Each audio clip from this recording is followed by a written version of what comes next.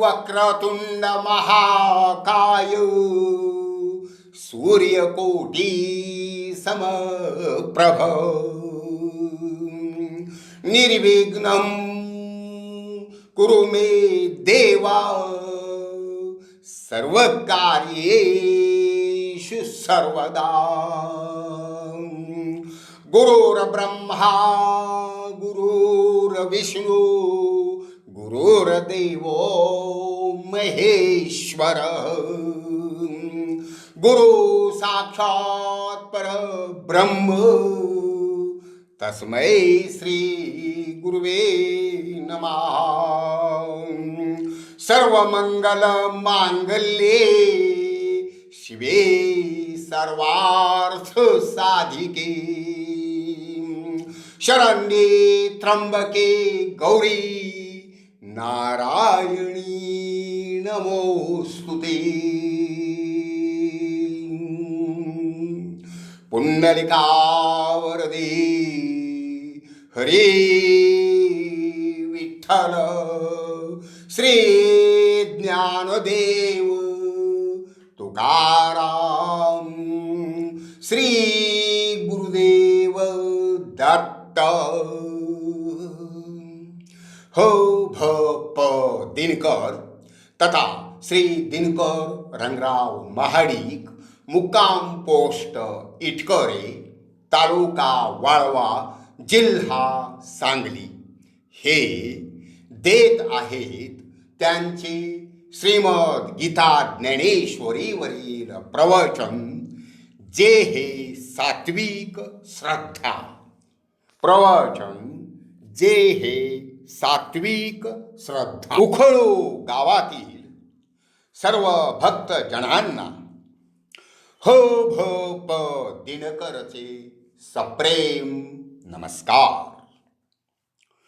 श्रीमद गीता ज्ञानेश्वरीच्या सामुदायिक पारायण सोहळ्याच्या आजच्या चौथ्या दिवसाची प्रवचन सेवा आपण माझ्याकडे दिलीत याबद्दल धन्यवाद। आजच्या प्रवचन सेवेसाठी या श्रीमद गीता ज्ञानेश्वरीतील 17व्या अध्यायातील 83 क्रमांकाची ओवी निवडली असून या ओवीत माऊली श्री ज्ञानेश्वर महाराज हितोपदेश देतात की जे हे सात्विक श्रद्धा जतन करावी प्रबुद्धा येरी दोन्ही विरुद्धा सांडाव्या।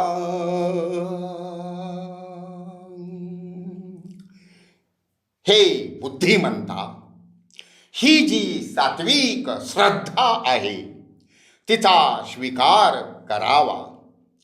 हिच्या विरुद्ध ज्या दोन्ही आहेत त्यांचा त्याग करावा असा या ओवीचा अर्थ आहे। महाराज, आपण जाणता की 17व्या अध्यायामध्ये भगवंतानी श्रद्धात्रय सांगितले आहे। श्रद्धेचे 3 प्रकार कोणते आहेत, त्यांची लक्षणे कोणती आहेत ते सांगून सात्विक श्रद्धा स्वीकारून तिचेच जतन करण्याचा उपदेश भगवंतानी केला आहे। परमेश्वरावरील श्रद्धा म्हणजे दृढ विश्वास, आत्यंतिक प्रेम, भक्तिभाव जो सदैव हृदयात दाटून असतो तो म्हणजे श्रद्धा। जीवाभावाचं सख्य आहे म्हणजे श्रद्धा। श्रद्धेची ही व्याप्ती सर्व क्षेत्रात व्यक्ती परत्वे खूप व्यापकतेने वर्णन करता येईल। कोणाची कशावर आणि कोणत्या प्रकारची श्रद्धा असेल हे सांगणे कठीण आहे. म्हणूनच श्रद्धेचे 3 प्रकार भगवंतानी सांगितले आहेत. श्री भगवान उवाच त्रिविधा भवती श्रद्धा देहिनां सा स्वभावजा सात्विकी राजसी चैव तामसी चेती ताम शृणु. श्री भगवान म्हणाले, मनुष्याची स्वाभाविक जी श्रद्धा ती सात्विक, राजस आणि तामस अशी 3 प्रकारची असते. तिचे श्रवण कर. सात्विक, राजस आणि तामस असे श्रद्धेचे 3 प्रकार येथे भगवंतानी सांगितले आहेत. हे प्रकार सांगण्यामागे भगवंतांना उद्देशून अर्जुनाचा एक प्रश्न आहे. तो प्रश्न असा, जे शास्त्र विधीला टाकून खऱ्या श्रद्धेने युक्त होऊन परमेश्वराची भक्ती करतात, त्यांची श्रद्धा कोणत्या प्रकारची असते? त्यावेळी भगवंतानी सांगितलेले हे 3 श्रद्धा प्रकार आहेत.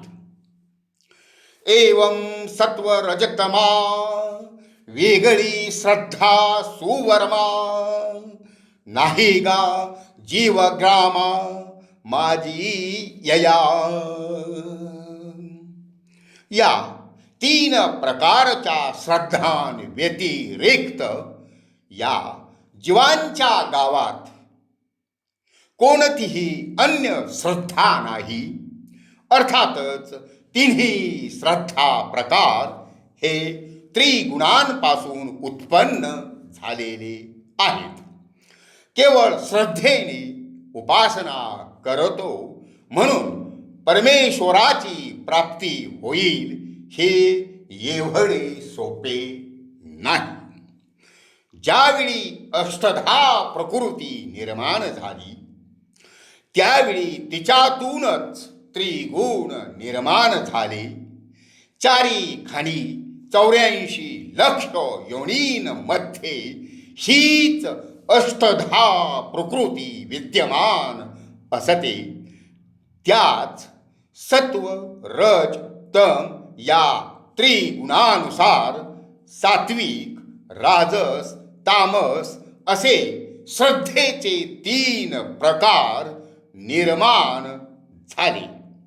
मूळ मायेच्या निर्मितीच्या वेळी जी ही परिस्थिती होती त्यानुसार प्रत्येक देह घडत गेला. पुढे प्रत्येक जन्मातील संस्कारानुसार कमी जास्त प्रमाणात त्रिगुणाधिष्ठित देहाची प्राप्ती होत जाते. म्हणजे असे की पूर्वजन्मात एखादा सात्विक कर्मे करीत असेल व त्यातच त्याचा देह पडला असेल तर या जन्मी तो सात्विक गुण मोठ्या प्रमाणात अधिष्ठित असलेला देह प्राप्त होऊन जन्मलेला असेल. त्याची श्रद्धाही अर्थातच सात्विक असेल. अशा प्रकारे जन्मजात निरनिराळ्या श्रद्धांची प्राप्ती प्रत्येकास झालेली असते. कोणी मोठ्या प्रमाणात सात्विक श्रद्धा अधिष्ठित असेल, कोणी राजस तर कोणी तामस. सत्वगुण हा सर्वश्रेष्ठ गुण असून त्यापासून निर्माण झालेली श्रद्धा जी सात्विक श्रद्धा तीही अर्थातच सर्वश्रेष्ठ आहे. आपण सात्विक म्हणजे काय ते प्रथम पाहू. चांगले, सर्वोत्तम, गुणयुक्त म्हणजे सात्विक असे ढोबळ मानाने म्हणता येईल. ज्याचे आचार, विचार, कर्मे चांगली असतात, जो सद्गुणी असतो, ज्याच्यापासून कोणासही त्रास होत नाही, ज्याच्यामुळे सर्वांचे कल्याणच होते, जो कल्याणच चिंतितो, सर्व सज्जन लोकांना ज्याचा सहवास दर्शन हवेसे वाटते, सर्वात महत्वाचे म्हणजे तो सतता ध्यास धरतो, म्हणजेच परमेश्वराचा उपासक असतो. म्हणून अशा सर्व बाबींमुळे त्याचा स्वभाव सात्विक आहे असे म्हटले जाते. त्याची जी श्रद्धा असेल ती सात्विक असेल. रजोगुण मध्यम असून त्यापासून उत्पन्न होणारी श्रद्धा ही अर्थातच मध्यम असते.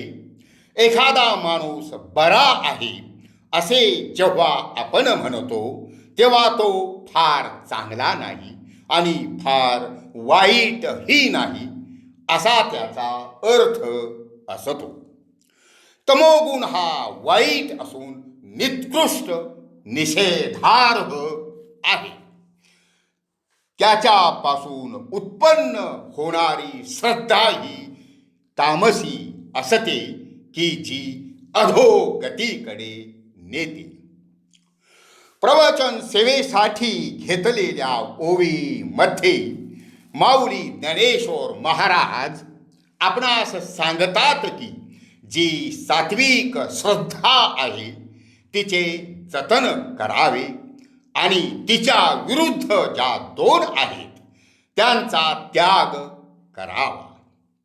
माऊली असे का सांगता आहेत ते लक्षात येण्यासाठी या तिन्ही श्रद्धांनी युक्त असलेल्या लोकांचे वर्तन कसे असते हे प्रथम पाहू.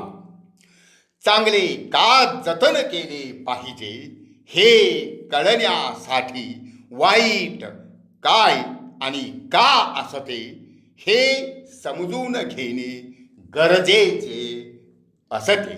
ते आपण अगदी थोडक्यात पाहू. तर जे सात्विक श्रद्धेने युक्त असतात ते अर्थातच देवाची भक्ती करतात. त्यांची बुद्धी बहुतेक करून स्वर्ग प्राप्तीकडे असते. ज्ञान प्राप्तीकडे त्यांचा ओढा असतो. अनेक विद्या शिकण्याकडे त्यांचा कल असतो. कोणते यज्ञ करणे योग्य आहे याची वाटाघाट करून तशी क्रिया ते करतात. असे सात्विक लोक देवलोकास प्राप्त होतात. जे राजस श्रद्धा युक्त असतात ते राक्षस व पिशाच्य यांना पूजतात.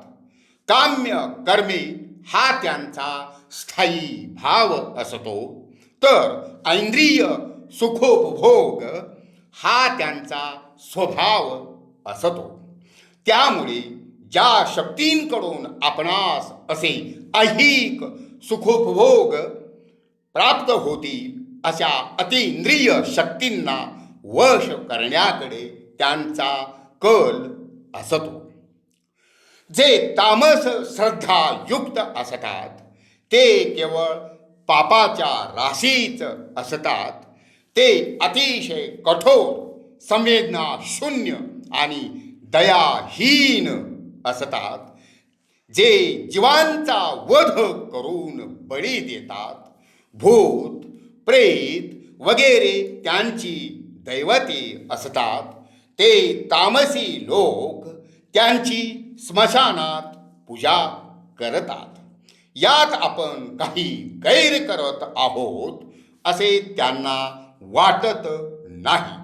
ज्या तामस श्रद्धेने ते हे सारे करतात त्याचे फलही अर्थातच अधोगती रूपच असते. अशा प्रकारे श्रीहरी माऊली ज्ञानेश्वर महाराजांनी तिन्ही प्रकारच्या श्रद्धेची प्राथमिक लक्षणे सांगितली आणि सात्विक श्रद्धेचे जतन करण्यास सांगितले. ते का आणि कसे हे सर्व आपण पुढे पाहणार आहोतच. पण हिच्या विरुद्ध असणाऱ्या दोन्ही श्रद्धांची कर्मे व फलप्राप्ती प्रथम पाहू. राजस श्रद्धायुक्त असलेला माणूस काम्य कर्मेच करील. त्याचा आहारही राजसच असेल, त्याचे तपही राजसच असेल. थोडक्यात राजस श्रद्धेचं फलही राजसच असेल. त्याला दिव्यत्वाची प्राप्ती होणार नाही. ऐंद्रिय सुखेच उपभोगत राहिल्याने त्यातून उत्पन्न होणारी अपरिमित दुःखे यांचीच प्राप्ती त्याला अनंत जन्म होत राहील. तामस श्रद्धायुक्ताची पूजा ही आताच सांगितल्याप्रमाणे तामसीच असेल.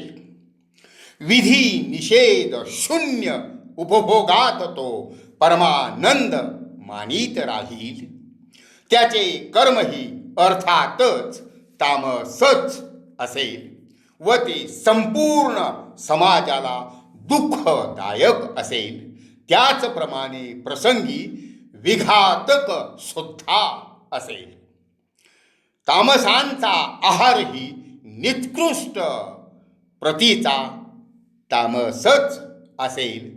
तामसाची गतीही त्यास जाणीवरहित दुर्गती व शेवटी अधोगती असते. रावणाची श्री शिवशंकरांवर मोठी श्रद्धा होती. ती कसली होती? सात्विक वाटणारी, पण राजसच होती. ती पुढे तामस श्रद्धेकडे इतकी झुकलेली होती की रावण तामस श्रद्धायुक्तच झाला. आताच मी म्हटले की सात्विक वाटणारी. त्याचे कारण असे आहे की त्याने भगवान श्री शिवशंकरांची म्हणजेच परमेश्वर स्वरूपाची भक्ती केली. म्हणून आरंभी सात्विकतेचा आभास निर्माण करणारी ती राजस श्रद्धा होती. त्याने शिवशंकरांकडून कशाची ना कशाची प्राप्ती करून घेतली. उपभोग हाच त्या तपामागचा उद्देश होता. रावणाच्या राजस श्रद्धेचं रूपांतरही पुढे तामस श्रद्धेत झालं. सर्व मायावी शक्ती त्यास प्राप्त होत्या. वास्तविक तो शास्त्राभ्यास करणारा होता, पण त्याची श्रद्धा ही राजस तामस असल्यामुळे त्याचे वर्तनही देवलोकांसह सर्वांना दुःखदायक ठरलं. त्याची बलाढ्य शक्ती आणि बेमुरवत पापाचार यामुळे त्रैलोक्याने क्लेश भोगले. आज ज्या प्रभू श्री रामचंद्रांची जयंती अर्थात रामनवमी आहे, त्यांच्या रूपात भगवंतांना अवतार घ्यावा लागला. रावणाच्या पाप कर्मात साथीदार असलेल्या अन्य बलाढ्यांसह क्रूर कर्मा रावणाच्या छातीच्या चिंधड्या प्रभू श्रीरामांना उडवाव्या लागल्या. क्रूर कर्म्यास ठार करावे लागले. त्रिलोकास अजिंक्य असलेल्या रावणास त्याच्या तामसी श्रद्धेचे फळही तामसीच मिळाले. आपल्या भारतीय पुराणात अशा अनेक तपस्वींच्या घटना आहेत की ज्यांनी तामस तपे केली आहेत. त्या तपांचा उद्देशच मुळी आपली राक्षसी महत्वाकांक्षा पूर्ण करण्याकरिता प्रचंड शक्तीची प्राप्ती करणे हाच होता. तशी प्राप्ती झाल्यावर देव दानवांसह मानवाच्या नाशासाठीच त्या शक्तीचा वापर केला. तामस श्रद्धायुक्त हिरण्य कश्यपूचे उदाहरण हेच दर्शवते. परंतु अशा सर्व तामस श्रद्धायुक्तांचा अंतही तितकाच भीषण झाला. पौराणिकतेकडून आपण ऐतिहासिकतेकडे वळलो तरीही आपणास हेच दिसून येईल.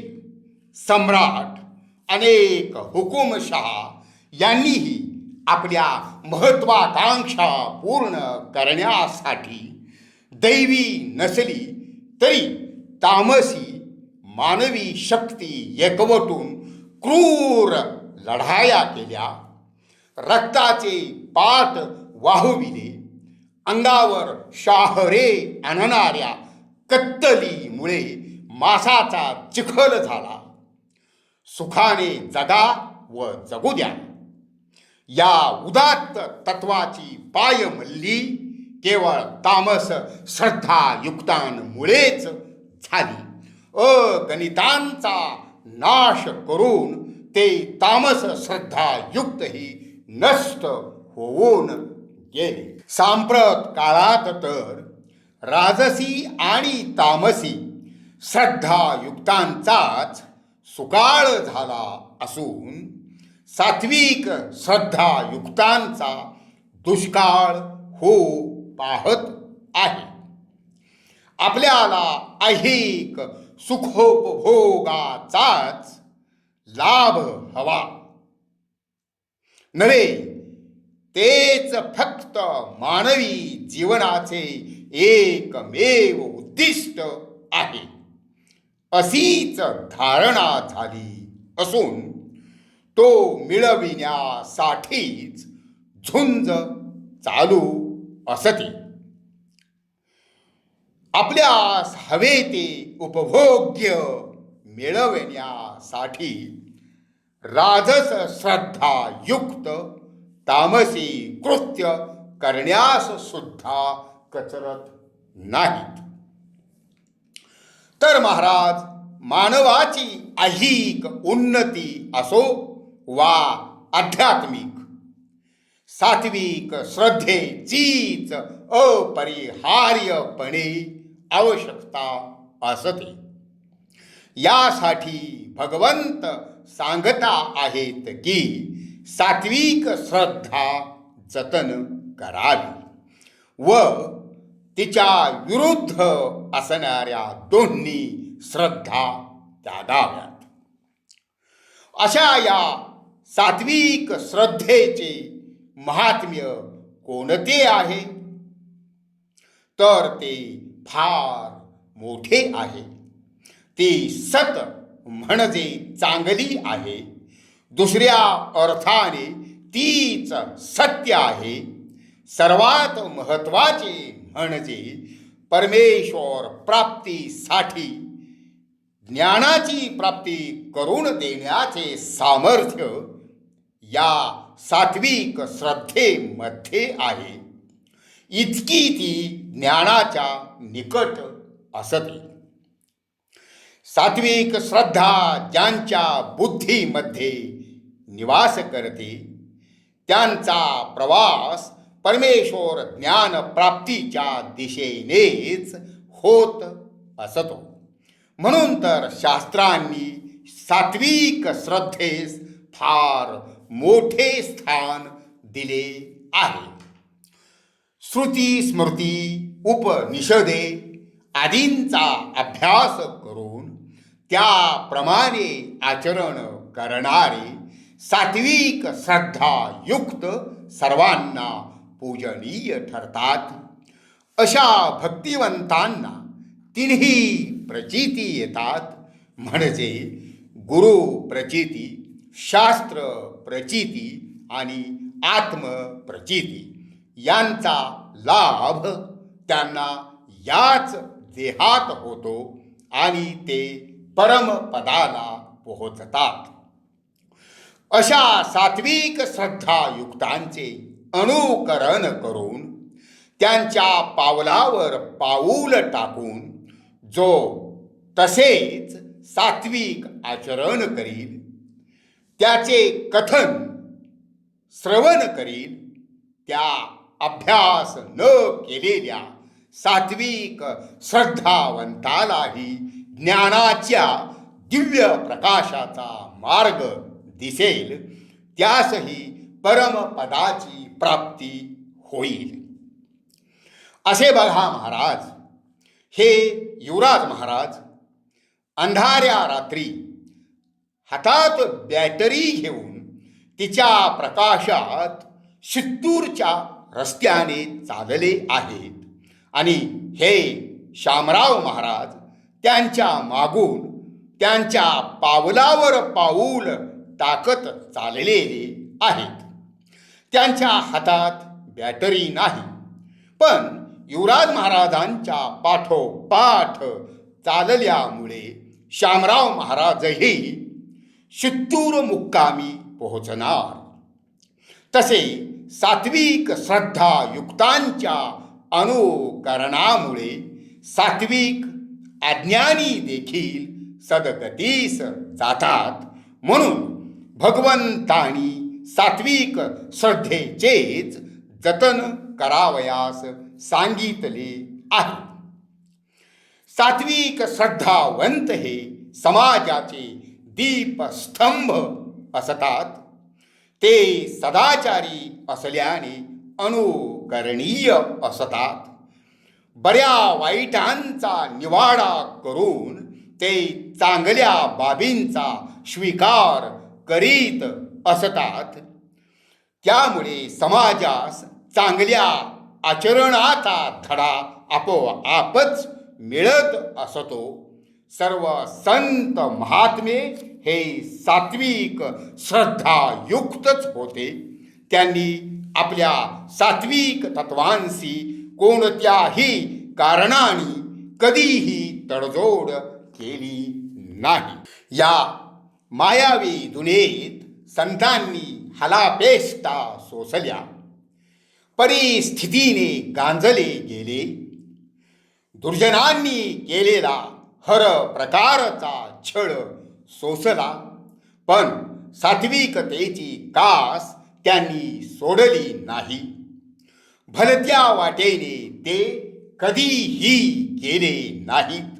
समाजाच्या ऐहिक आणि आध्यात्मिक उन्नतीसाठीच ते झटले. सात्विक श्रद्धेची शिकवण दिली. असंख्य जीवात्म्यांना आत्मोद्धाराचे धडे संत महात्म्यांनी दिले. स्वतःच्या आचरणाने त्यांनी ते सिद्ध करून दाखविले. संतांनी राजस आणि तामस असल्या विरुद्ध श्रद्धांना आपल्यापाशी फिरकूही दिले नाही. अशा संतांपैकी संत श्रेष्ठ जगद्गुरु तुकाराम महाराज, सात्विक श्रद्धेचे महामेरू, अतिशय हुशार. त्यांनी सद्भावाचा संदेश अक्षरातून दिला. अद्वितीय अभंग रचना ही त्याची साक्ष होय. स्वतःच्या आचरणातून सात्विक श्रद्धेचा धडा त्यांनी घालून दिला. लोभ मोह त्यांनी दूर सारले. परमेश्वराचा अंशावतार छत्रपती शिवाजी महाराज यांनी अमूल्य असा नजराना त्यांना पाठवला, पण त्यांनी तो नम्रपणे नाकारला. वास्तविक पाहता त्यावेळी त्यांची दारिद्र्य दैना होती. तो नजराना स्वीकारून ती त्यांना दूर करता आली असती. वैभव संपन्न अवस्थेत राहता आले असते. ऐहिक सुखोपभोग भोगता आले असते. पण ऐहिक मोहातून बाहेर असलेल्या संत तुकाराम महाराजांनी विनम्र भावाने तो राज नजराणा परत करून सात्विक श्रद्धेची महत्त्वच जणू विशद केले.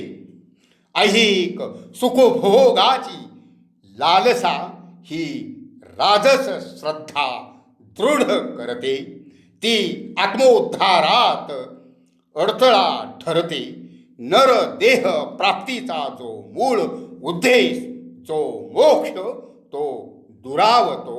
यासाठी मोहावर विजय मिळवलेले महान योगी संत तुकाराम महाराज दिव्य अशा राज नजराण्यापासून अलिप्त राहिले.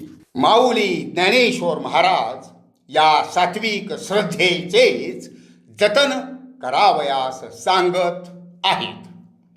आता प्रकृती सिद्ध असलेल्या 3 श्रद्धांपैकी सात्विक श्रद्धाच तेवढी कशी जतन करावी, तीच कशी वाढवावी, इतर 2 श्रद्धा गप्प कशा बसतील, त्या स्वस्थान बळकट करण्याचा प्रयत्न करणारच की. आणि सध्याच्या कलियुगात तर परिस्थिती त्या 2 श्रद्धांनाच सहाय्य होत आहे हे स्पष्ट दिसत आहे. प्रामाणिकपणे सत्याने वागून तुम्हास काय मिळाले? तुम्हास कुत्र सुद्धा किंमत देत नाही. असा सात्विक श्रद्धावंतांचा राजसी वा तामसी श्रद्धावंत सरळ धडधडीत पान उतारा करतात. असा हा सांप्रत काळ आहे. महाराज, आपण सात्विक श्रद्धेने पंढरपूरला जातो. पांडुरंगाचे केवळ मुख दर्शन मिळाले तरी आपणास दिव्यानंद होतो. सात्विक आनंदाचे आपणास भरते येते. त्या दिव्य भक्ती आनंदाची तुलना दुसऱ्या कोणत्याही ऐहिक बाबींपासून मिळणाऱ्या आनंदाशी करता येणार नाही. आता परमेश्वर भक्तीचा हा पारायण सोहळा या ठिकाणी चालू आहे. श्रीमद गीता ज्ञानेश्वरी वाचन, भजन, प्रवचन, कीर्तन आदी सात्विक कार्यक्रमांची येथे रेलचेल आहे. येथे परमात्मा भक्तीचा दिव्य प्रकाश प्रगटला आहे. प्रत्येक मन सात्विक भावाने भरून गेले आहे. या ज्ञान यज्ञाच्या माध्यमातून आपणास दिव्य ज्ञानाची प्राप्ती होत आहे. आपण या एकाच जन्मात कित्येक जन्मांनी पुढे जात आहोत हे सहज कळत नसते. त्यास ज्ञानदृष्टी लागते. असले सात्विक सोहळे ऐहिकातील काही मिळविण्यासाठी चाललेले नसतात, तर परमेश्वर भक्तीसाठी ते चाललेले असतात. अशा सात्विक सोहळ्यातून जो लाभ होतो त्याची कशाशीही तुलना होऊ शकत नाही. ऐहिकी आंतरिक शांतीचा लाभ होतो. पारमार्थिक लाभ तर पराकोटीचा असतो. दृश्यमान काही लाभल्याचे दिसले नाही तरी अदृश्य असे अनमोल लाभलेले असते. त्याची आपणास जाणीव असो वा नसो. हे बघा महाराज, एखाद्या अज्ञान बालकाला माता दुधाने भरलेला प्याला प्यायला देते. ते दूध पितेवेळी त्या बालकाला दुधातील पोषण मूल्यांची काही माहिती असते का? अर्थातच नाही. ती माहिती त्याच्या आईस असते. म्हणून तर आरोग्यवर्धक दूध माता बाळास पिण्यास देते.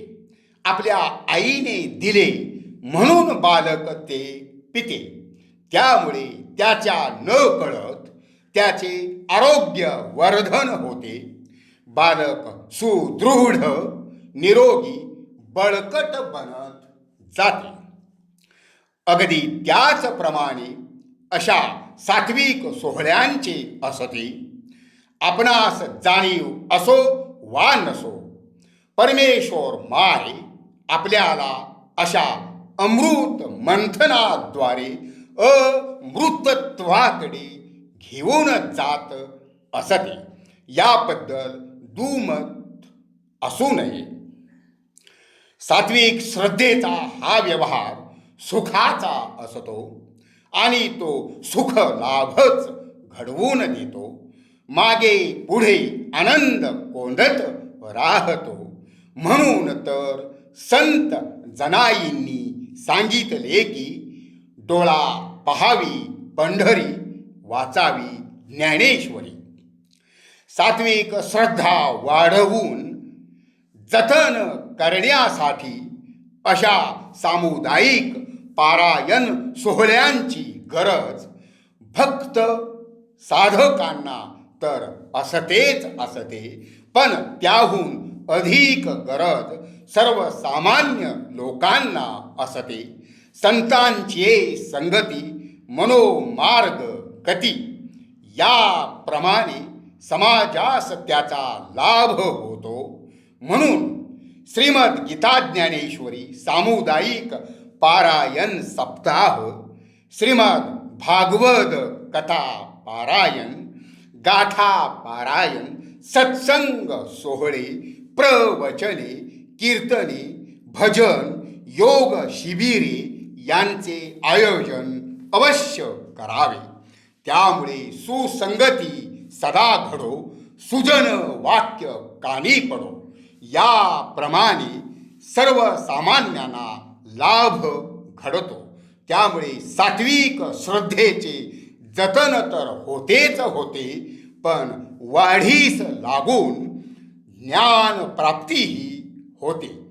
भक्त हो, इंग्रजीत असे एक वाक्य आहे, मॅन इज रिझनेबल ॲनिमल. म्हणजे माणूस हा विचारी प्राणी आहे. यातील विचारी हे विशेषण जर काढले तर फक्त माणूस हा प्राणी आहे एवढेच उरते. याचाच दुसरा अर्थ असा की माणूस आणि इतर प्राण्यात काही फरक राहत नाही. बऱ्या वाईटाचा विचार करून सुयोग्य कृती करण्याचे वैचारिक सामर्थ्य फक्त मानवामध्ये आहे. म्हणून तर तो इतर प्राण्याहून वेगळा आणि सर्व प्राण्यात श्रेष्ठ व सामर्थ्यवान आहे. यास्तव बऱ्याचा विचार करून सर्वत्र सात्विक श्रद्धेचे जतन करावे. त्यातच भक्त साधकांसह अखिल मानवाचे कल्याण आहे. राजस श्रद्धायुक्त जे काही अर्जित करतात ते लवकरच संपून जाते. तामसीची तर अधिक भयावह स्थिती होते. ऐहिकात अनंत यातना भोगून मृत्यू पश्चात नरकावस्था हीच त्यांची स्थिती असते. यास्तव सात्विक श्रद्धेचे जतन करावे. सात्विक श्रद्धा ही सर्व काळ तारणहार असते. अशी ही सात्विक श्रद्धा जतन करून वाढती राहण्यासाठी अशा सात्विक कार्यक्रमांबरोबरच कायम सात्विकाची साथ राहील याबाबत भक्तांनी दक्ष राहायला हवे. ज्या प्रकारची संगत सोबत माणूस करीत असतो तशीच त्याची स्वभाव वृत्ती बनण्यास हातभार लागतो.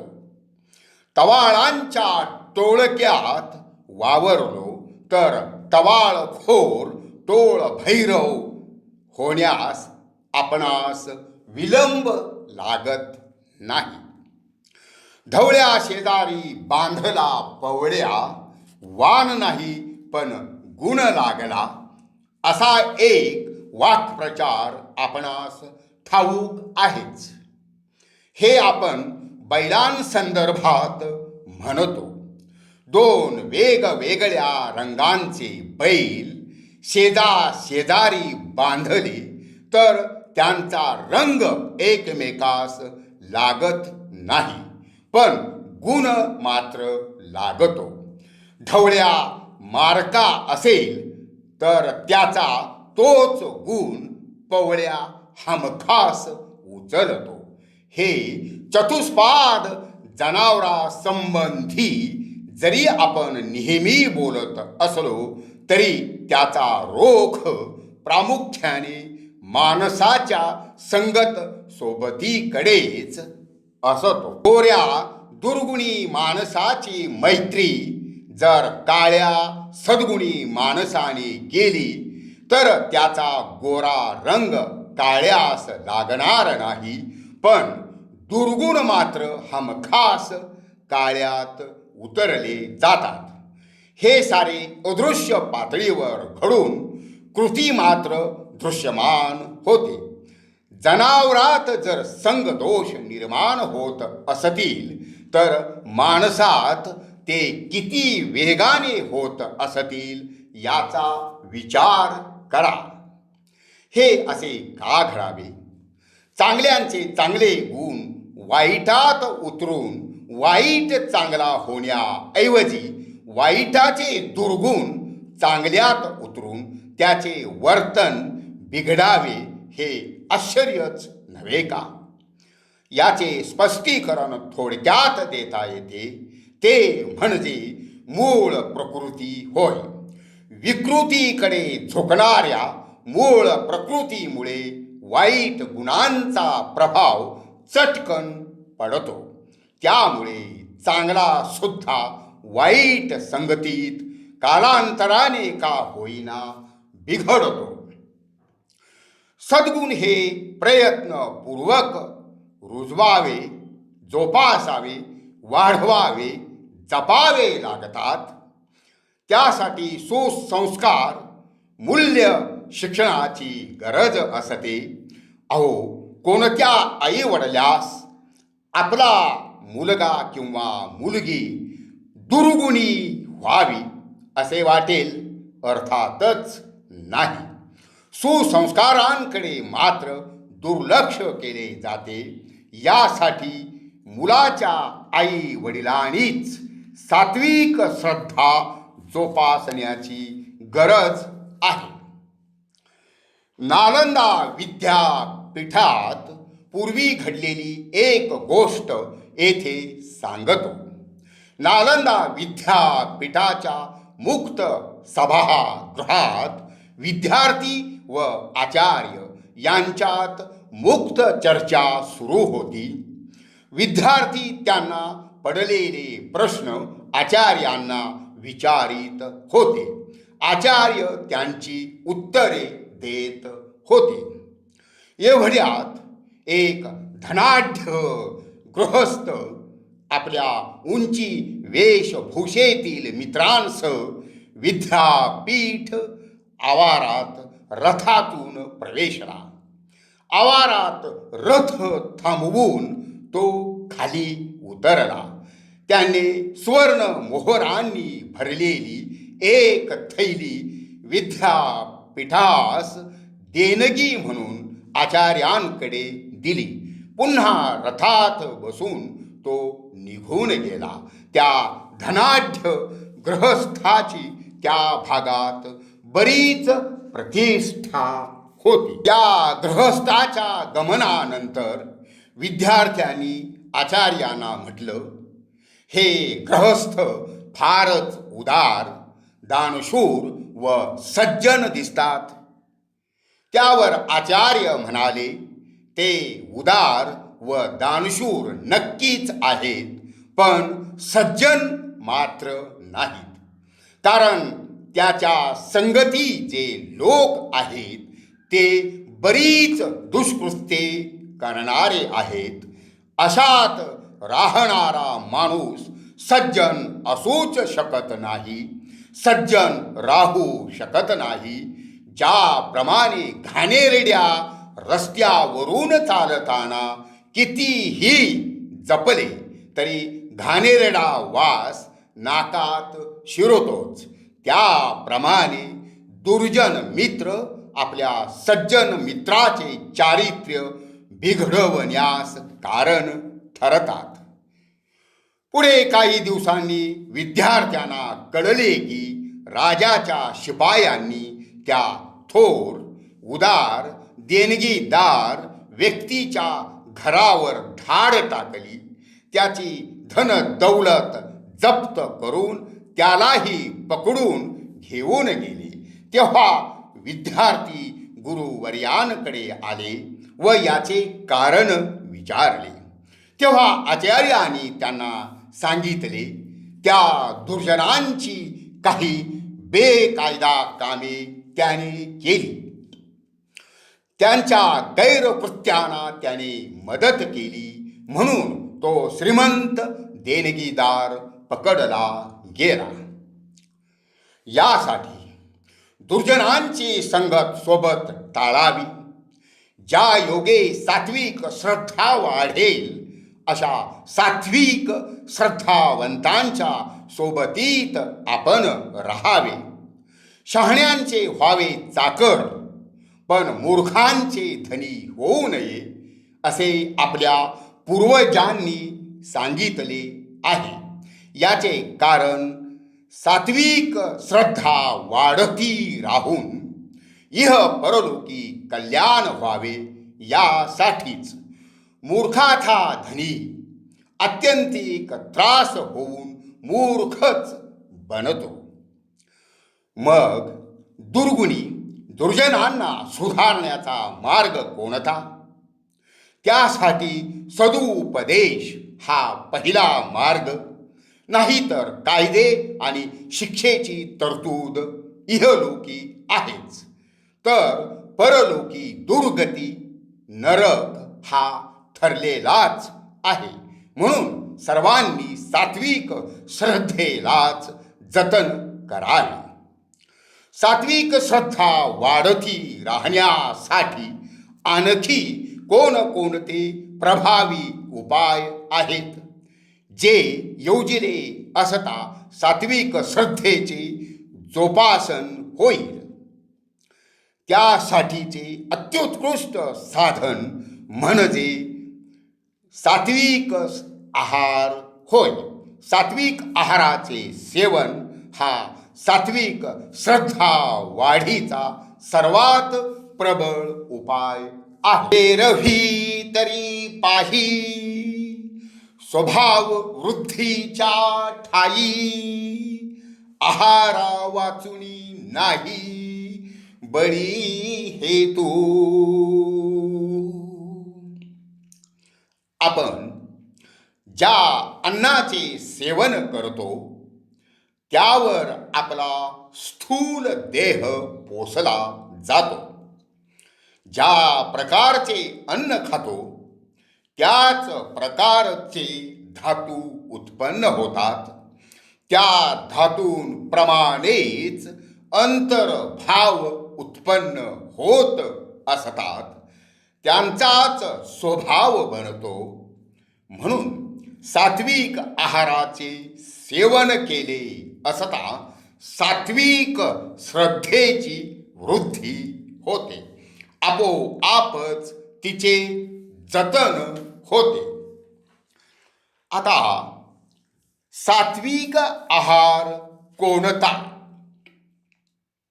याचे अगदी एकाच शब्दात ठामपणे उत्तर द्यायचे तर शाकाहार हे होय. शाकाहार हा सात्विक आहार आहे. यासाठी संप्रदायाने म्हणजे वारकरी संप्रदायाने शाकाहाराचीच निवड केली आहे. अन्य आहार वर्ज्य केले आहेत. नुसते वर्ज्यच नव्हे तर तसले खाण्यास प्रतिबंध केला आहे.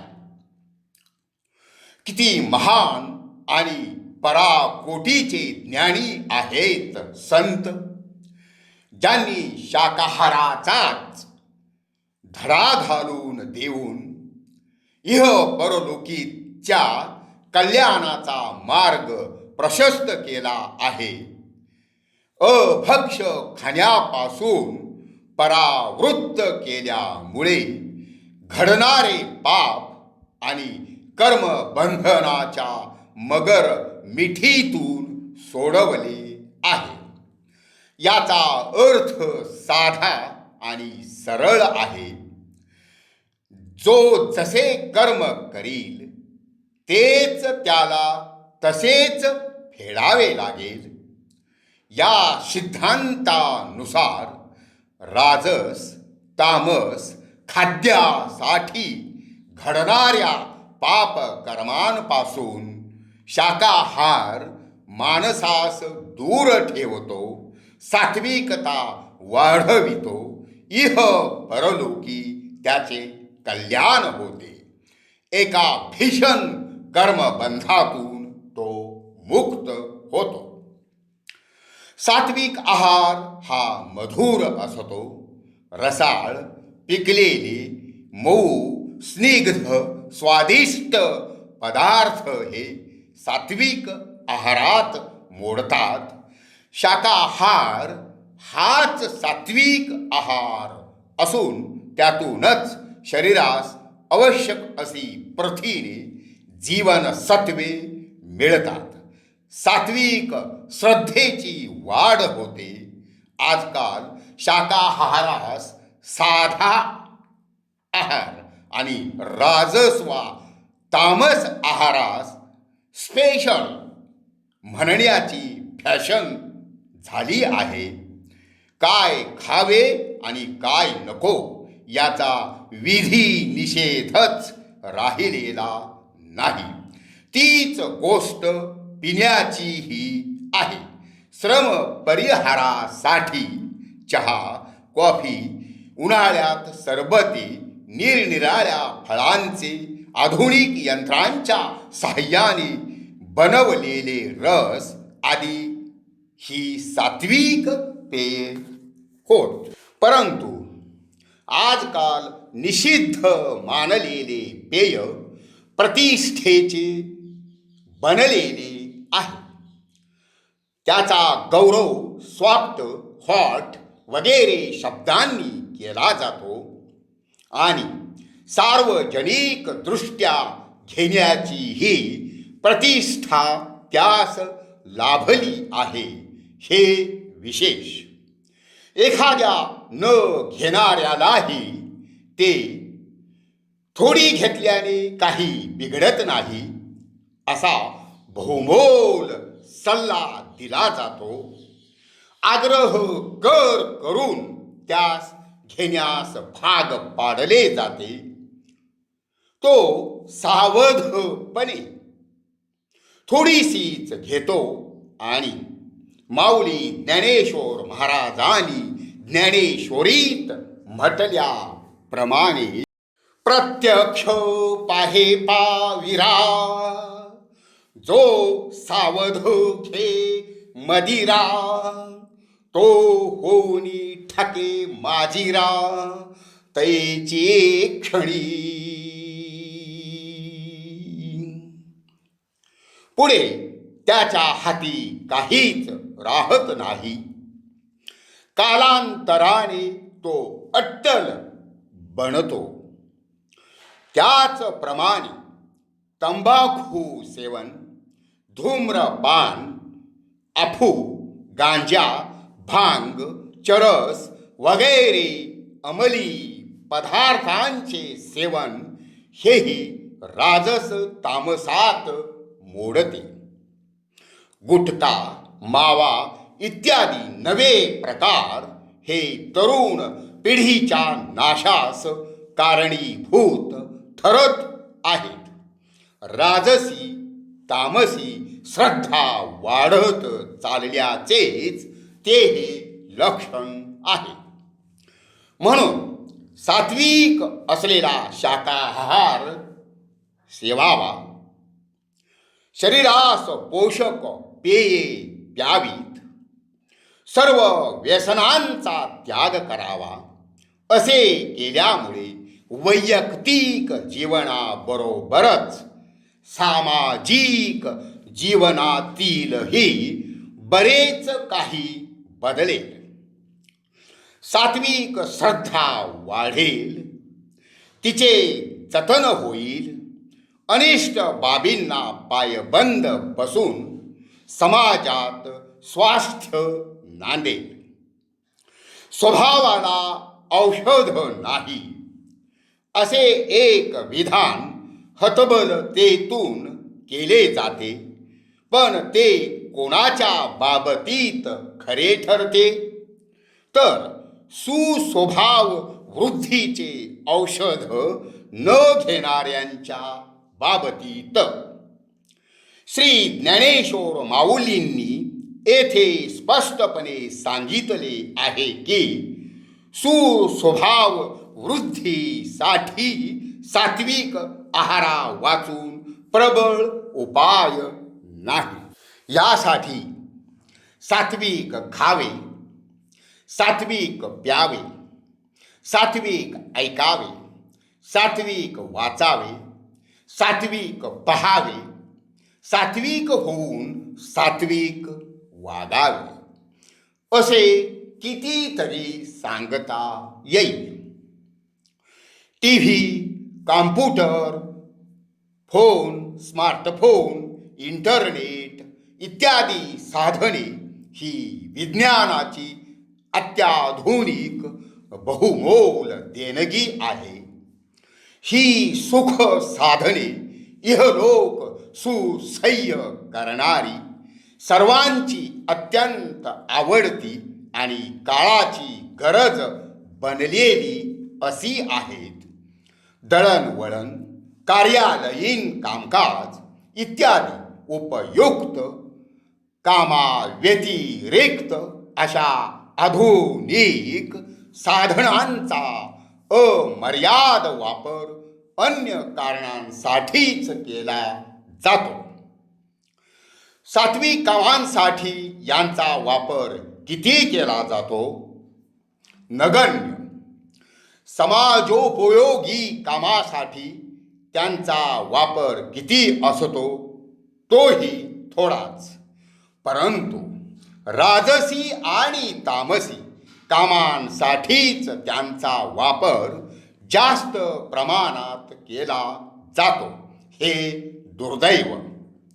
तो कसा आणि किती प्रचंड प्रमाणात आहे हे आपणही जाणताच.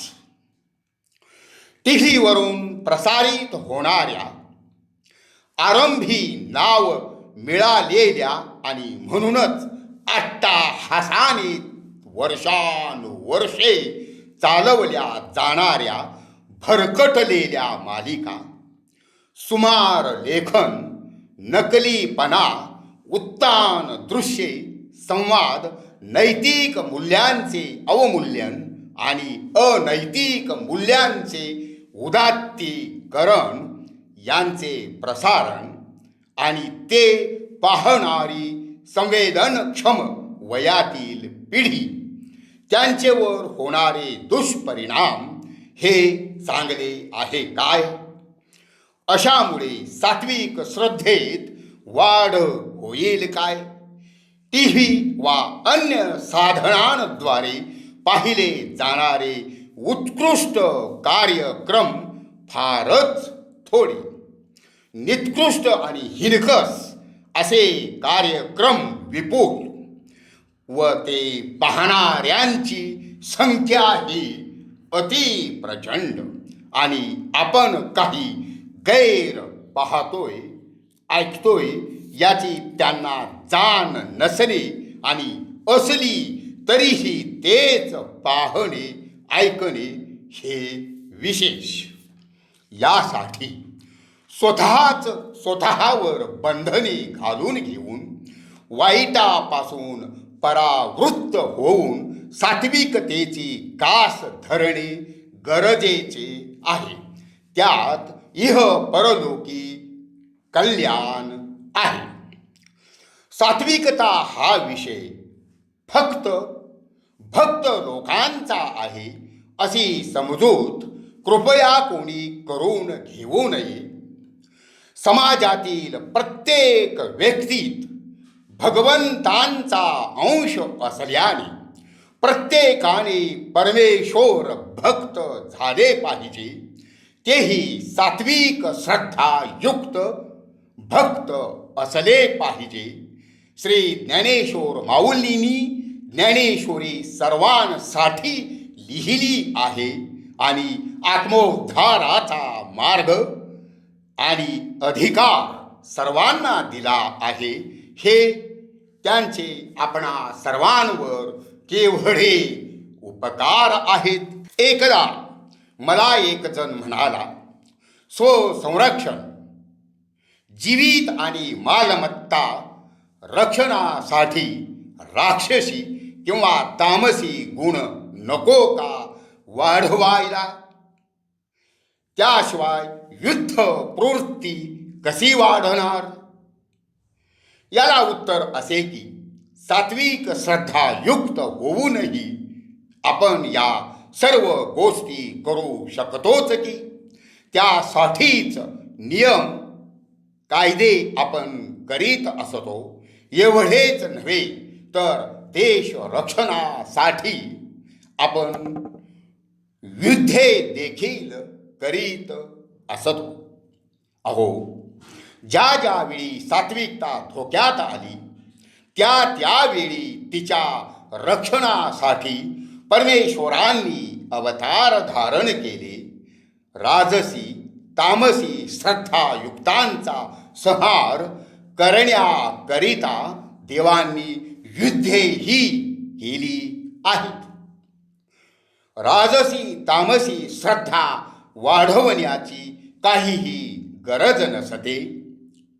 न पेरताही उदंड उगवणाऱ्या आणि न जोपासताही फोपावणाऱ्या तणासारख्या या दोन्ही श्रद्धा वाढत्याच राहतात. पेरून उगवल्या जाणाऱ्या पिकास जसे जोपासून वाढवावे लागते, तसे सात्विक श्रद्धेस वाढवावे, जोपासावे आणि तिचे जतन करावे लागते. तर महाराज, अशा प्रकारे आपण सात्विक श्रद्धा जोपासून सात्विक यज्ञ करीत राहिले पाहिजे. जीवन हाच एक महायज्ञ आहे. त्यातील नित्य कर्मे हीच सात्विक श्रद्धेने आचरली असता तो सात्विक यज्ञ होईल. जे जे कर्म घडेल ते ते परमेश्वरास अर्पण करीत राहायचे. फलापेक्षा न ठेवता प्राप्त कर्तव्य म्हणून प्रत्येक कर्म करीत राहायचे. यासच सात्विक यज्ञ म्हणावे. मुलाबाळांचे सुपोषण करून त्यांचा सर्वंकष विकास करणे हे प्रत्येक आईबापाचे कर्तव्य आहे. त्याच्या परतफेडीत आपणास काही लाभ झाला पाहिजे अशी इच्छा न करता ते कर्तव्यच या भावनेने कर्म करणे हे सात्विक कर्म होय. त्याचप्रमाणे मुलांनी आपल्या आईवडिलांना आदर प्रेम देणे आणि वृद्धापकाळी आधाराची काठी बनून त्यांना सुख समाधानात ठेवणे हे मुलांचेही सात्विक कर्तव्य आहे. हे कर्तव्य मुलांनी हेतुरहित केले पाहिजे. वृद्ध माता पित्यापासून आता काही प्राप्ती होत नाही. संसारात त्यांची अडगळ वाटून त्यांना वृद्धाश्रमाचा रस्ता दाखविणे हे योग्य नाही. यासच काळाची गरज असे नाव देणे हे सात्विकतेचे लक्षण नव्हे, ते पापच होय. ते राजस वा तामस श्रद्धायुक्ततेचे लक्षण आहे. फळापेक्षा रहित प्राप्त कर्तव्य करणे हा सात्विक यज्ञ होय. सात्विक श्रद्धा जोपासत आपण सात्विक यज्ञ करीत जातो. त्या सात्विक श्रद्धेचा प्रभावच इतका विलक्षण असतो की आपल्याकडून कायिक, वाचिक, मानसिक अशी जी तपे घडतात ती सात्विकच असतात. सात्विक श्रद्धायुक्त लोक ज्ञानी, विद्वान, गुरुजन यांची पूजा करतात. परमेश्वराची अखंड भक्ती करतात. शुद्धत्व, सरळपणा, अहिंसा या गुणांचे पालन करणे म्हणजेच कायिक तप करणे होय. सत्य, गोड व कोणाच्या मनास लागेल असे न बोलणे म्हणजेच वाचिक तप होय. तर मनाची प्रसन्नता, मौन, सौजन्य, संयम, आत्मसंयमन आणि अंतःकरण शुद्धी यास मानसिक तप म्हणतात. सात्विक श्रद्धायुक्त ही तिन्ही प्रकारची तपे करीत असतात हे विशेष. सात्विक श्रद्धायुक्त जी दाने देतात ती सुद्धा सात्विक असतात. प्रत्युपकाराची भावना न ठेवता पुण्यक्षेत्री, सत्पात्री आणि गुप्त रीतीने पर्वकाळी दिलेले दान हे सात्विक होय. आजच्या काळात थोडेसे निराळेच घडते आहे.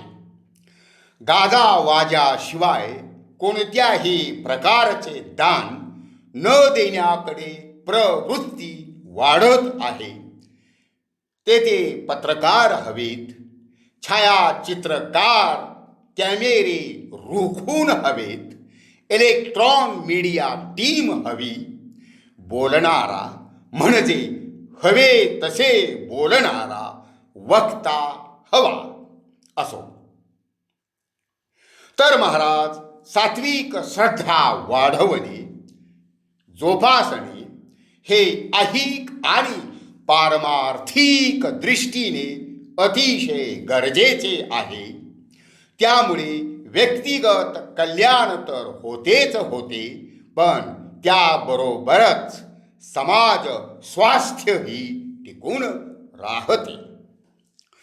आता सात्विक श्रद्धेच्या जोपासण्यामुळे सर्व कर्मांचे आचरण करता करता साधक भक्त शुद्ध सात्विकते जवळ येऊन पोहोचतो.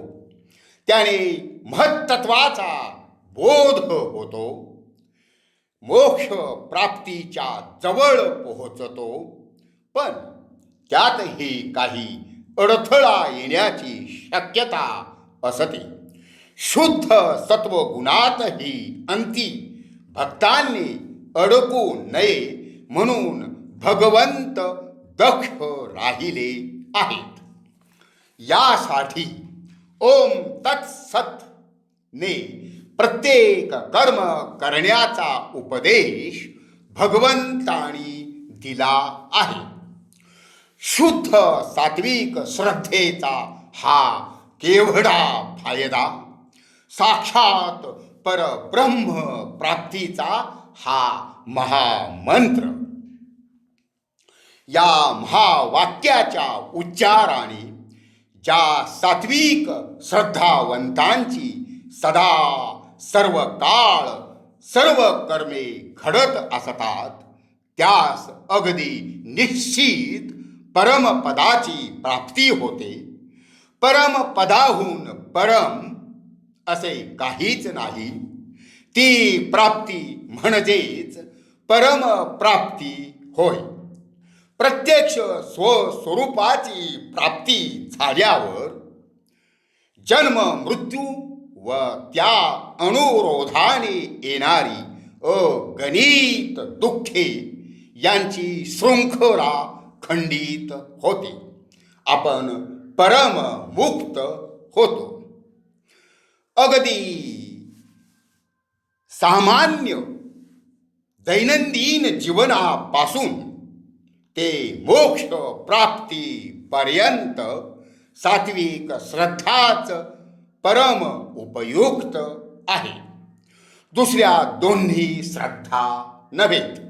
म्हणूनच माऊली श्री ज्ञानेश्वर महाराज म्हणतात, जे हे सात्विक श्रद्धा जतन करावी प्रबुद्धा, येरी दोन्ही विरुद्धा सांडाविया. धन्यवाद. पुंडलिका वरदे हरी विठ्ठल. श्री ज्ञानदेव तुकाराम. श्री गुरुदेव दत्त. श्री हरी अर्पणस्तु. ओम तत्सत. ओम तत्सत. ओम तत्सत.